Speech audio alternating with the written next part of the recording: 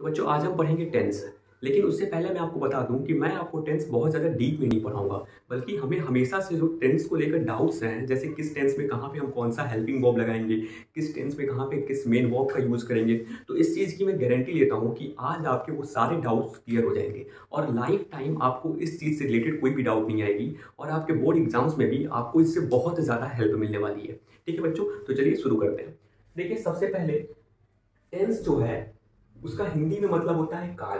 Clear है। और tense से हमें दो चीजें पता चलती हैं। क्लियर है। टेंस से हमें दो चीजें मालूम पड़ती हैं। क्या क्या मालूम पड़ती है? टेंस से पहली चीज हमें ये मालूम पड़ती है कि कोई भी काम जो है वो किस समय में हुआ है। कहने का मतलब क्या है कि कोई भी काम किस समय में हुआ है, मतलब कि कोई भी काम हो चुका है या कोई भी काम चल रहा है या कोई भी काम होने वाला है। दूसरी चीज जो हमें पता चलती है वो दूसरी चीज ये पता चलती है कि जो काम हमारा हो रहा है, ठीक है, वो काम चल रहा है या काम खत्म हो गया है, या काम खत्म भी हो गया है, चल भी रहा है, मतलब दोनों के बीच में है, या हमें पता नहीं है कि काम चल रहा है या खत्म हो गया है। जैसे मैं आपको बताता हूं, जैसे इसमें देखिए सबसे पहले हम देखेंगे टाइम में टेंस जो होते हैं हमारे तीन प्रकार के होते हैं। हमें पता है टाइम मतलब कि काम जो है वो खत्म हो चुका है, चल रहा है या होने वाला है। ठीक है, तो उसके अकॉर्डिंग जो हम देखते हैं वो तीन ही टेंस देखते हैं, पास्ट, प्रेजेंट और फ्यूचर देखते हैं। क्लियर। पास्ट मतलब कि बीता हुआ कल, मतलब काम हो चुका है। प्रेजेंट मतलब काम चल रहा है। फ्यूचर मतलब काम होने वाला है। क्लियर है। अब देखिए ये जो तीनों टेंस होते हैं, हमारे जो ये तीनों टेंस होते हैं वो तीनों में ही ये चारों प्रकार होते हैं। इन तीनों में ध्यान से समझिएगा बच्चों, जो ये हमारे तीनों टेंस होते हैं, इन तीनों टेंस में ये चारों प्रकार होते हैं। ठीक है। और इसमें से सबसे पहला प्रकार होता है इंडिफिनिट। सबसे पहला कौन सा होता है? इंडिफिनिट। इंडिफिनिट का मतलब बच्चों क्या होता है? इंडिफिनिट का मतलब होता है अनिश्चित। अनिश्चित का मतलब कि हमें यहां से कंफर्म नहीं हो पाता, ये चीज निश्चित नहीं हो पाता कि काम खत्म हो गया या काम चल रहा है। जैसे मैंने कहा Ram goes to school, to school, ये एक प्रेजेंट इंडिफिनिट का टेंस है। इसका अगर हिंदी में ट्रांसलेट करेंगे तो इसका मतलब होता है कि राम स्कूल जाता है। क्या करता है? राम स्कूल जाता है। यहां से देखिए, यहां से हमें ये नहीं पता चल रहा कि राम स्कूल चला गया है, या राम स्कूल कब से जा रहा है। हमें ये पता चला कि राम स्कूल जाता है, ये नहीं पता चल रहा है ना कि क्या, हम देखिए राम स्कूल जाता है, हमें ये नहीं पता चला कि राम स्कूल जा ही रहा है, कंटिन्यू है, मतलब निरंतरता नहीं पता चल रही। दूसरी चीज हमें ये भी नहीं पता चल रहा कि खत्म हो गया, मतलब राम स्कूल जा चुका है, जा चुका था, ये भी चीज हमें नहीं पता चल रही। राम स्कूल जाता है, हमको तो ये पता चल रहा है कि राम स्कूल जाता है, बस इतना पता चल रहा है। जाता है, कब से जाता है, कब तक जाएगा, ये सारी चीजें यहाँ पे कोई भी चीज क्लियरिफाई नहीं हो रही। यहाँ पे हमें अनिश्चित रहेगा। अगर इसे पास्ट में बात करें तो राम स्कूल जाता था, कब से जाता था या कब तक जाएगा, ये सारी चीजें हमें नहीं पता चल रही। इसलिए चाहे वो प्रेजेंट का इंडिफिनिट हो, पास्ट का हो, फ्यूचर हो, वो अनिश्चित होता है। अनिश्चित मतलब उसमें काम कंफर्म नहीं हो पाता कि कब से हो रहा है या कब तक होगा। क्लियर है। दूसरा आ जाता है हमारा कॉन्टिन्यूअस। कॉन्टिन्यूअस में हमें निरंतरता पता चलती है। क्या पता चलती है बच्चों? निरंतरता, चाहे वो प्रेजेंट का हो, चाहे वो पास्ट का हो, चाहे वो फ्यूचर का हो। कहने का मतलब क्या है? जैसे मैंने कहा, मैंने कोई वर्ड लिखा, मैंने कोई सेंटेंस लिखा, जैसे ये लिखा Ram is going to school. मैंने क्या लिखा? Ram is going to school. मैंने लिखा Ram is going to school. इसका मतलब हुआ कि राम स्कूल जा रहा है। क्या हुआ? राम स्कूल जा रहा है। यहाँ क्या है? देखिए जो काम है वो निरंतर हो रहा है, जा रहा है, पहुंचा नहीं है अभी, जा रहा है, रास्ते में जा रहा है, पहुंचा नहीं है। तो काम क्या हो रहा है? निरंतर हो रहा है, निरंतर काम हो रहा है, जाने का काम हो रहा है, पहुंचा नहीं, जा रहा है। तो ये क्या है? कॉन्टिन्यूअस है, निरंतर है। चाहे मैं पास्ट की बात करूँ तो अगर मैं पास्ट की बात करूँ तो पास्ट में क्या हो जाएगा? राम स्कूल जा रहा था। पास्ट में क्या हो जाएगा? राम स्कूल जा रहा था, तो जा रहा था, पहुंचा नहीं अभी, जा रहा था। ठीक है, तो काम जो है वो कैसा हो रहा है? निरंतर हो रहा है। अगर मैं परफेक्ट की बात करूं, ठीक है, तो चाहे वो प्रेजेंट का परफेक्ट हो, पास्ट का हो या फ्यूचर का हो, परफेक्ट से हमें पता चलता है कि काम संपन्न हो गया है। संपन्न हो गया मतलब कि काम खत्म हो चुका है, राम स्कूल जा चुका है। क्या हो गया? राम स्कूल जा चुका है। ठीक है, राम स्कूल जा चुका था मतलब पहुंच गया है, काम खत्म हो चुका है। क्लियर बच्चों। नेक्स्ट जो हमारा होता है परफेक्ट कॉन्टिन्यूअस। परफेक्ट कॉन्टिन्यूअस दोनों के बीच में रहता है, संपन्न भी और निरंतर भी, मतलब कि खत्म भी हो चुका है और चल भी रहा है, दोनों के बीच के सेंटेंस होते हैं। क्लियर बच्चों। इतनी चीजें आपको क्लियर हो गई कि जो हमारा टेंस होता है वो दो चीजें होती हैं, टाइम और वर्क। टाइम मतलब कोई भी काम कब चल रहा है, इससे हमें ये पता चलता है, और काम कितना हो चुका है, इससे हमें वर्क से हमें ये चीजें पता चलती है। क्लियर है। इतना नोट कर लीजिए, फिर हम चलते हैं इसके आगे। तो बच्चों अभी हमने दो चीजें देखी, टाइम और वर्क। टाइम में हमने क्या देखा कि टाइम हमारा तीन प्रकार का होता है, प्रेजेंट, पास्ट और फ्यूचर। प्रेजेंट मतलब काम चल रहा है, पास्ट मतलब बीत चुका है, फ्यूचर मतलब होने वाला है। क्लियर बच्चों। ये तीन चीजें देखी। टाइम तीन ही हो सकती है, तीन ही होती है, प्रेजेंट, पास्ट और फ्यूचर। ये दूसरा क्या देखा हमने, देखा दूसरा वर्क। वर्क मतलब काम कितना हुआ है, इंडेफिनिट मतलब अनिश्चित, निश्चित नहीं है काम कितना हुआ है, ये हमें पता नहीं है, कंफर्म नहीं है। कॉन्टिन्यूअस मतलब काम निरंतर चल रहा है। परफेक्ट मतलब काम खत्म हो चुका है। और परफेक्ट कॉन्टिन्यूअस मतलब हमें पता नहीं है, निश्चित और निरंतर के बीच का है। क्लियर बच्चों? तो देखिए जो हमने टाइम में देखा था, पहला क्या देखा था टाइम में हमने टाइम में क्या देखा था, पहला हमने प्रेजेंट देखा था। पहला क्या देखा था, प्रेजेंट देखा था। अब देखिए अगर प्रेजेंट इंडेफिनिट का टेंस होगा, एक चीज और समझ लीजिएगा बच्चों कि टाइम को ही हम हेल्पिंग वर्ब भी बोलते हैं। टाइम बोलो या हेल्पिंग वर्ब बोलो, बात एक ही है। अब समझिए अगर प्रेजेंट जो है, अगर प्रेजेंट का इंडेफिनिट होगा तो उसमें हेल्पिंग वर्ब कौन लगेगा, डू डज लगेगा। ठीक है, हमेशा डू डज लगेगा। अगर पास्ट का इंडेफिनिट होगा तो हेल्पिंग वर्ब कौन लगेगा, डिड लगेगा। अगर फ्यूचर का इंडेफिनिट होगा तो हेल्पिंग वर्ब कौन लगेगा, विल शैल लगेगा। क्लियर है? अब अगर प्रेजेंट का कॉन्टिन्यूअस है तो हेल्पिंग वर्ब कौन लगेगा, इज एम आर। क्लियर है? अगर पास्ट का कॉन्टिन्यूअस है तो हेल्पिंग वर्ब कौन लगेगा, वाज वर। अगर फ्यूचर का कॉन्टिन्यूअस है तो हेल्पिंग वर्ब कौन लगेगा, will shall plus be. Clear है? अब अगर प्रेजेंट का परफेक्ट है तो हेल्पिंग वर्ब कौन लगेगा, हैज हैव। पास्ट का परफेक्ट है तो हेल्पिंग वर्ब कौन लगेगा, हैड। फ्यूचर का परफेक्ट है हेल्पिंग वर्ब कौन लगेगा, will shall plus have. Clear बच्चों? अब नेक्स्ट उसके बाद हम देखेंगे, इसके बाद एक और होता है, क्या होता है, एक और होता है परफेक्ट कॉन्टिन्यूअस। उसको भी देखेंगे, पहले इसे देख लेंगे, उसके बाद मैं आपको समझाऊंगा परफेक्ट कॉन्टिन्यूअस वाला। उसके बाद बच्चों हमने देखा था वर्क। वर्क मतलब वर्क से हमें ये पता चलता है कि कोई भी काम कब हुआ है। ठीक है, सॉरी, वर्क से हमें क्या पता चलता है कि कोई भी काम कितना हुआ है, कोई भी काम कितना हुआ है, मतलब चल रहा है, खत्म हो चुका है, या हमें निश्चित नहीं है कितना हुआ है, या दोनों के बीच में है, ये चीज हमें पता चलती है। तो देखिए अब अगर इंडिफिनिट टेंस होगा, अब अगर इंडिफिनिट होगा, चाहे वो प्रेजेंट का इंडिफिनिट हो, चाहे वो पास्ट का इंडिफिनिट हो, चाहे वो फ्यूचर का इंडिफिनिट हो, सब में एक चीज ध्यान दीजिएगा बच्चों, यहाँ पे भी मेन वर्ब ही बोला जाता है। वर्क बोलिए या मेन वर्ब बोलिए, बात एक ही है। ठीक है, तो इंडिफिनिट है, चाहे वो प्रेजेंट इंडिफिनिट हो, चाहे वो पास्ट इंडिफिनिट हो, चाहे वो फ्यूचर इंडिफिनिट हो, सब में वर्ब की फर्स्ट फॉर्म ही लगेगी। यहाँ पे एक एक्सेप्शन है और केवल इसी में है, कंफ्यूज नहीं होना। क्या एक्सेप्शन है? एक्सेप्शन ये है कि पास्ट इंडिफिनिट इसका एक्सेप्शन है। ठीक है, मतलब प्रेजेंट और फ्यूचर में तो अप्लाई होगा, पास्ट इंडिफिनिट यहाँ एक्सेप्शन है। पास्ट इंडिफिनिट में वर्ब की सेकंड फॉर्म लगती है, पास्ट इंडेफिनिट में वर्ब की सेकंड फॉर्म लगती है, केवल यही एक एक्सेप्शन है। इसके अलावा और मैं आपको एक्सेप्शन नहीं बताऊंगा, परेशान मत होना।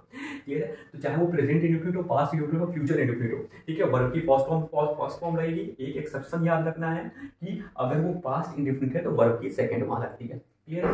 अब अगर कॉन्टिन्यूअस की बात की जाए तो चाहे वो प्रेजेंट कॉन्टिन्यूअस हो, चाहे वो पास्ट कॉन्टिन्यूअस है, चाहे वो फ्यूचर कॉन्टिन्यूअस क्यों ना हो, सब में वर्ब की फर्स्ट फॉर्म ही लगती है। ठीक है, सब में वर्ब की फर्स्ट फॉर्म प्लस आईएनजी ही लगती है, मतलब वर्ब की फोर्थ फॉर्म बोल सकते हो आप, या वर्ब की फर्स्ट फॉर्म प्लस आईएनजी ही लगती है सब में। अब अगर वो प्रेजेंट परफेक्ट हो या पास्ट परफेक्ट हो या फ्यूचर परफेक्ट हो, सब में वर्ब की थर्ड फॉर्म ही लगेगी, सब में वर्ब की थर्ड फॉर्म लगेगी। अब अगर प्रेजेंट परफेक्ट कॉन्टिन्यूअस हो या पास्ट परफेक्ट कॉन्टिन्यूअस हो या फ्यूचर परफेक्ट कॉन्टिन्यूअस हो, सब में वर्ब की फर्स्ट फॉर्म के साथ आईएनजी लगेगी, मतलब सेम है एज इट इज है, जो यहाँ होता है वही यहाँ भी होता है। क्लियर है? जो यहाँ होगा वही यहाँ पर भी होगा, सेम टू सेम, यहाँ पे कोई चेंज नहीं है। यहाँ भी वर्ब के फर्स्ट फॉर्म के साथ आईएनजी, यहाँ भी वर्ब के फर्स्ट फॉर्म के साथ आईएनजी लगता है। क्लियर है? ये दोनों सेम है। अब मैंने जो आपको पहले बोला था कि मैं आपको परफेक्ट कॉन्टिन्यूअस वाला बाद में बताऊंगा, अब थोड़ा देख लीजिए परफेक्ट कॉन्टिन्यूअस का क्या सिस्टम है।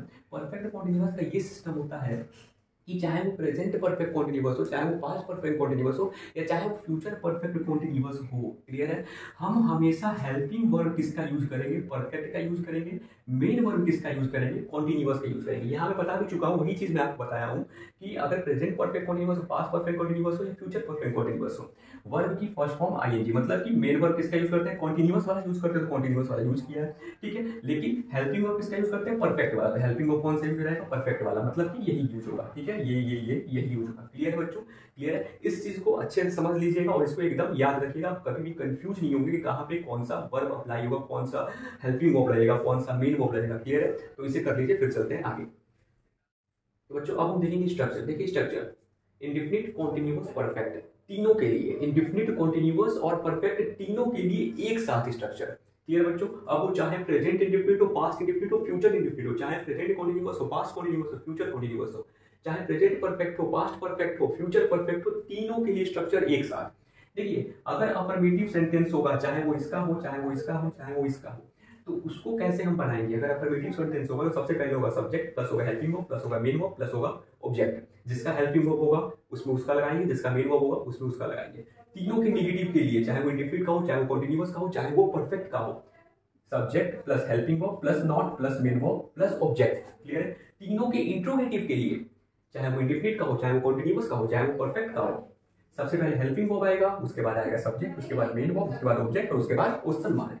तीनों के डबल इंट्रोगेटिव के लिए, चाहे वो इंडेफिनिट का हो, चाहे वो कॉन्टिन्यूअस का हो, चाहे वो परफेक्ट का हो, क्या करेंगे? सबसे पहले आएगा WH words, why, when, how, why, when, where, उसके बाद आएगा हेल्पिंग वर्ब, उसके बाद आएगा सब्जेक्ट, उसके बाद मेन वर्ब, उसके बाद ऑब्जेक्ट। क्लियर बच्चों? क्लियर?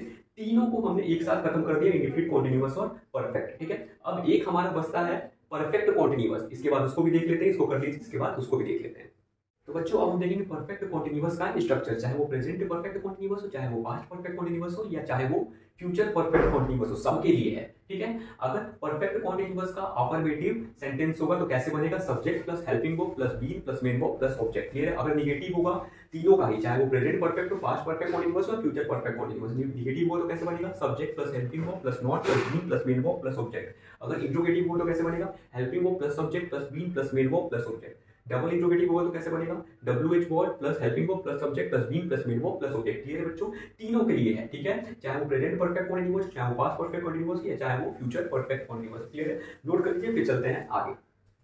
तो बच्चों अब हम कुछ नोट्स देखेंगे, जिसमें हमारा सबसे पहला नोट्स है कि हम एस या ईएस का यूज कहाँ करते हैं। ठीक है, तो बच्चों एस या ईएस आता कहाँ है? तो एस या ईएस प्रेजेंट इंडेफिनिट टेंस में आता है। क्लियर है? अब सवाल ये आता है कि आखिर हम एस या ईएस का यूज कहाँ पे करेंगे और कहाँ पे नहीं करेंगे। तो बच्चों याद रखिएगा, बहुत ज्यादा इंपॉर्टेंट है। प्रेजेंट इंडेफिनिट में हम एस या ईएस का इस्तेमाल तभी करते हैं जब थर्ड पर्सन के सिंगुलर का सब्जेक्ट होता है। कहने का मतलब क्या है कि प्रेजेंट इंडेफिनिट में हम थर्ड पर्सन के सिंगुलर का सब्जेक्ट होगा तो ही हम एस या ईएस का इस्तेमाल करेंगे, वरना नहीं करेंगे। मतलब थर्ड पर्सन कौन सा? ये थर्ड पर्सन का सिंगुलर कौन? ये, और इसके सब्जेक्ट कौन? ये। मतलब केवल इन्हीं वर्ड्स के साथ एस या ईएस का इस्तेमाल होगा। अगर इनके अलावा ये सब आते हैं सब्जेक्ट, केवल इन्हीं सब्जेक्ट के साथ एस या ईएस का इस्तेमाल होगा। इसके अलावा बाकी अगर कोई भी सब्जेक्ट आता है तो उसके साथ हम एस या ईएस का इस्तेमाल नहीं करेंगे।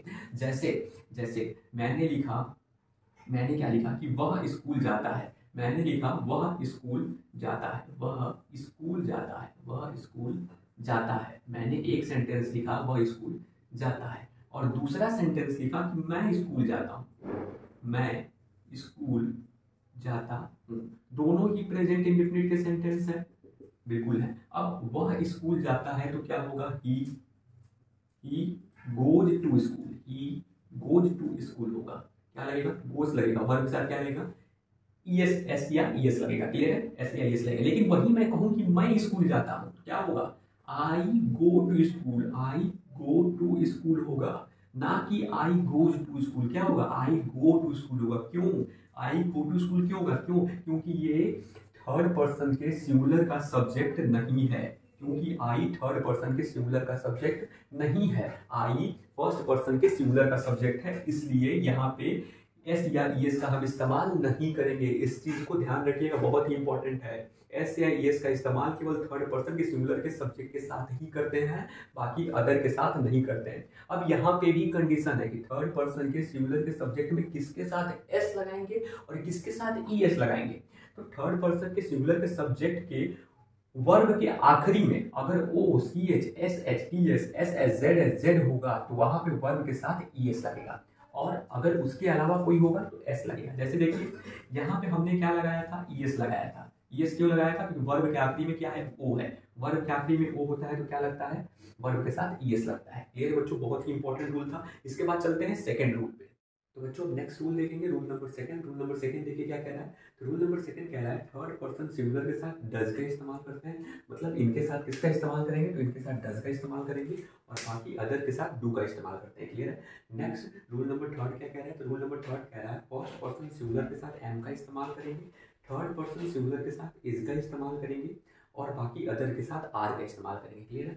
Next rule number four. Rule number four क्या कह रहा है? रूल नंबर फोर कह रहा है यू वी दे और प्लूरल नाउन के साथ वर का इस्तेमाल करते हैं, और आई ही सी इट नेम के साथ वॉज का इस्तेमाल करते हैं। क्लियर है? तो इसको कर लीजिए, फिर चलते हैं रूल नंबर फिफ्थ पे। देखेंगे rule number five. Rule number five देखिए क्या कह रहा है। रूल नंबर फाइव कह रहा है यू वी दे और प्लूरल नाउन के साथ वर का इस्तेमाल करते हैं, आई ही सी इट और नेम के साथ वॉज का इस्तेमाल करते हैं। क्लियर है? रूल नंबर सिक्स क्या कहता है? रूल नंबर सिक्स कह रहा है कि आई और वी के साथ शैल का इस्तेमाल करेंगे, और बाकी अदर के साथ विल का इस्तेमाल करेंगे। लेकिन बच्चों लेकिन यहाँ पे एक एक्सेप्शन है। यहाँ पे क्या एक्सेप्शन है?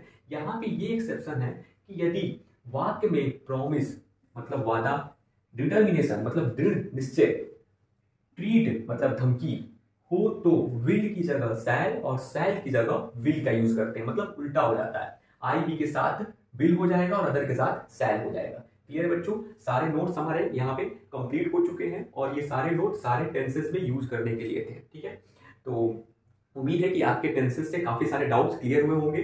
ठीक है, तो आप इसे नोट कर लीजिए।